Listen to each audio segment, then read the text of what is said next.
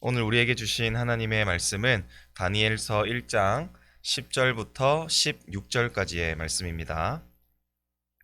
다니엘서 1장 10절부터 16절까지 구약성경 1231페이지가 되겠습니다. 다 찾으셨으면 한 절씩 교독하여 읽도록 하겠습니다. 환관장이 다니엘에게 이르되 내가 내 주왕을 두려워하노라. 그가 정한 먹을 것과 너희 마실 것을 지정하셨거늘 너희 얼굴이 초췌하여 같은 또래의 소년들만 못할 것을 그가 보게 할 것이 무엇이냐. 그렇게 되면 너희 때문에 내 머리가 왕 앞에서 위태롭게 되리라 하니라.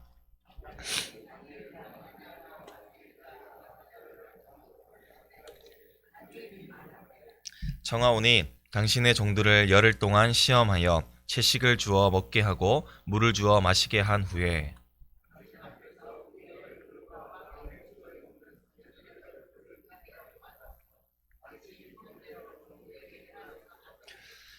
그가 그들의 말을 따라 열흘 동안 시험하더니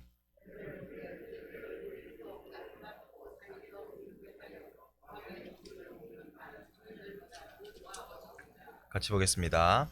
그리하여 감독하는 자가 그들에게 지정된 음식과 마실 포도주를 제하고 채식을 주니라. 아멘. 할렐루야. 오늘도 하루의 첫 시간을 우리 주님 앞에 드리시기 위해 나오신 우리 모든 성도님들 가운데 또 말씀이 깨닫게 되는 은혜와 또 말씀대로 살아감으로써 오늘 하루도 승리하게 되시는 놀라운 역사를 경험하시는 오늘 하루가 되시기를 소원합니다. 이 바벨론의 침략으로 인하여서 유다가 함락이 되었고 이로 인해 다니엘과 세 친구들은 이 바벨론으로 끌려오게 되었습니다. 그러나 이들은 바벨론의 그 특정한 목적에 의해서 이렇게 잡혀오게 된 것이었는데요. 그것은 그 성전과 궁전을 위한 인력을 추가하는 그 목적 때문이었습니다. 따라서 귀족 출신 가운데에 흠이 없고 용모가 아름다우며 모든 지혜를 통찰하며 지식에 통달하며 학문에 익숙했던 이 다니엘과 세 친구가 끌려오게 된 것이었습니다.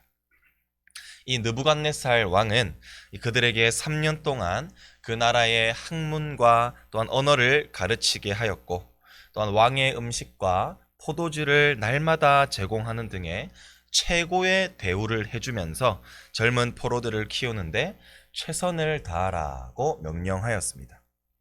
그러나 다니엘과 세 친구는 뜻을 정하여서 왕의 음식과 포도주로 자신을 더럽히는 일을 하지 않겠다고 선포하였습니다. 왜냐하면 그 음식들은 먼저 그들이 섬기는 우상들에게 제물로 바쳐지는 그러한 희생제사의 고기와 술이었고 그들은 그들에게 그 이방 신들에게 드려진 이 제사를 드려진 뒤에 음식을 함께 먹는 관습이 있었기 때문이었습니다.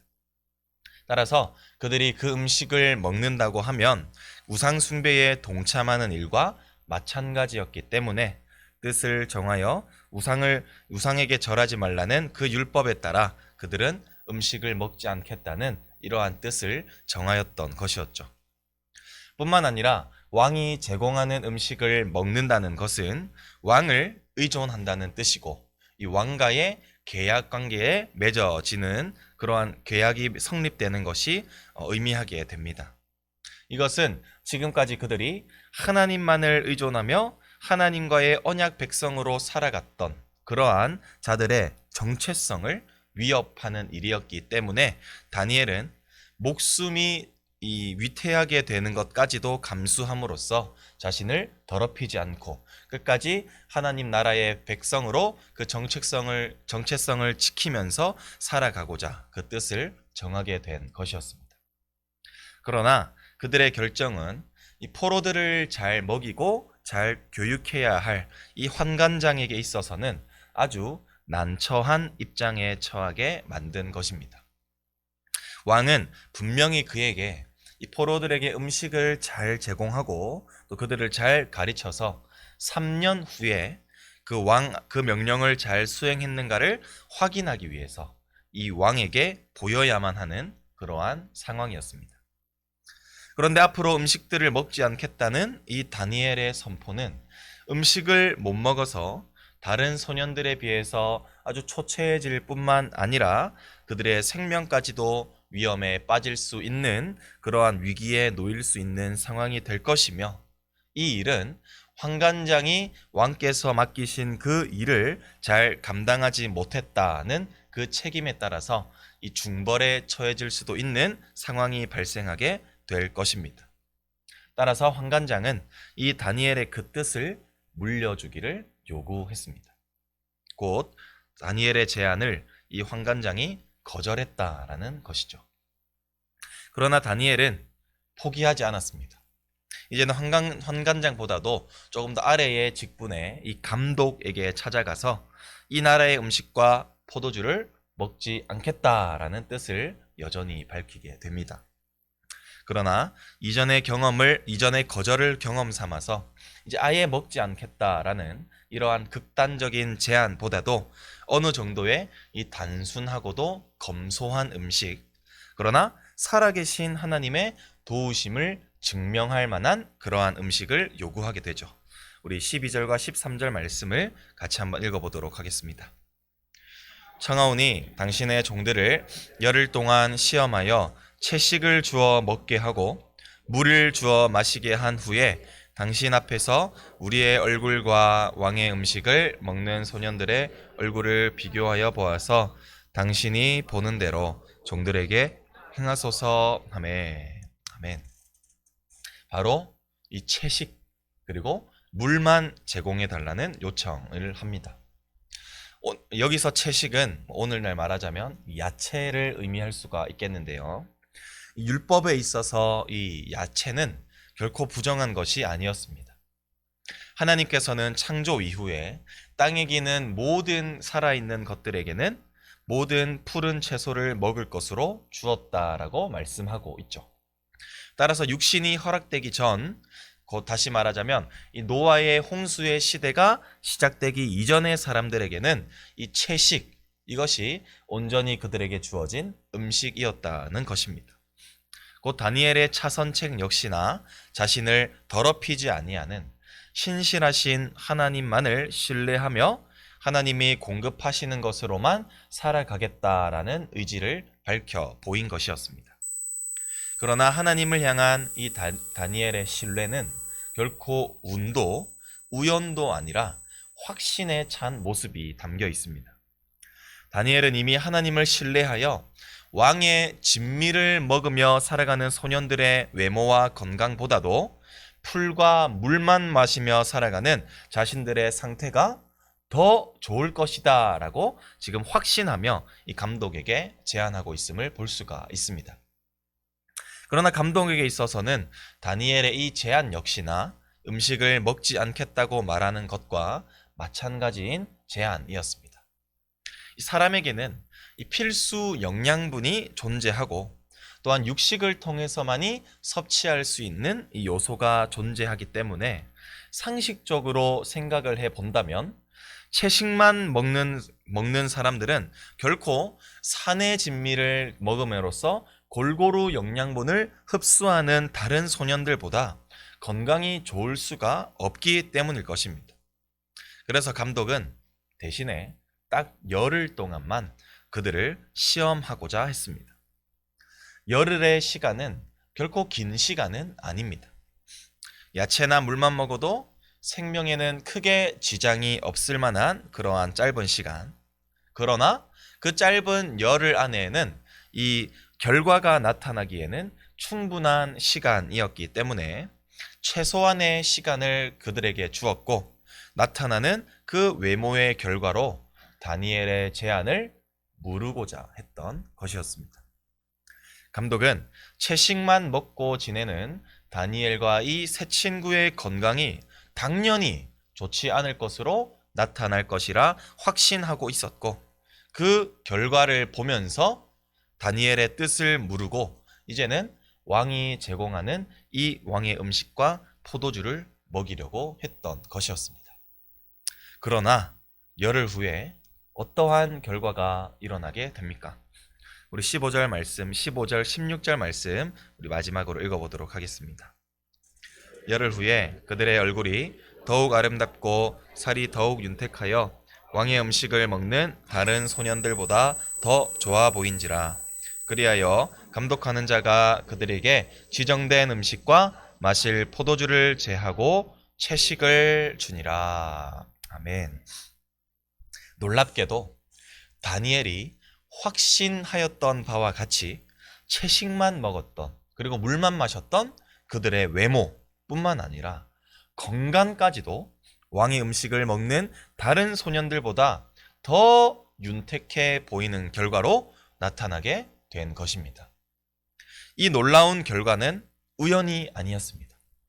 이 놀라운 결과는 바벨론 가운데서 다니엘에게 자신의 능력을 나타내어 주신 그 하나님의 역사로 말미암은 결과인 것입니다. 이 일이 시사하는 바는 사람에게 건강과 생명을 제공하시는 분은 하나님의 은혜로 말미암음이지 왕의 궁전으로부터 나오는 이 맛 좋은 음식이 아니라는 것입니다. 그 시험은 성공적으로 증명되어졌고 다니엘의 제안대로 왕의 음식을 제하고 뜻을 정한 대로 물과 이 채식을 제공받게 됨으로써 자신의 몸을 더럽히지 않고 온전히 그들의 포로 생활을 하게 됨을 오늘 본문으로 마무리되고 있습니다. 사랑하는 성도 여러분, 이제 말씀을 맺고자 합니다. 이 다니엘에게 있어서 중요하였던 것은 그들이 그곳에 있어서 잘 먹고 잘 사는 문제가 아니었습니다. 이방 나라의 포로에 잡혀오더라도 하나님의 백성이라는 그 정체성을 지키면서 살아가는 것, 그것이 다니엘에게 있어서 더 중요했던 것이었습니다. 우리가 살아가는 이 세상에도 참으로 유익한 것이 많아 보입니다. 많은 사람들이 따르고 많은 사람들이 진리라고 여기며 우리에게도 그것을 해보라고 유혹하기도 합니다.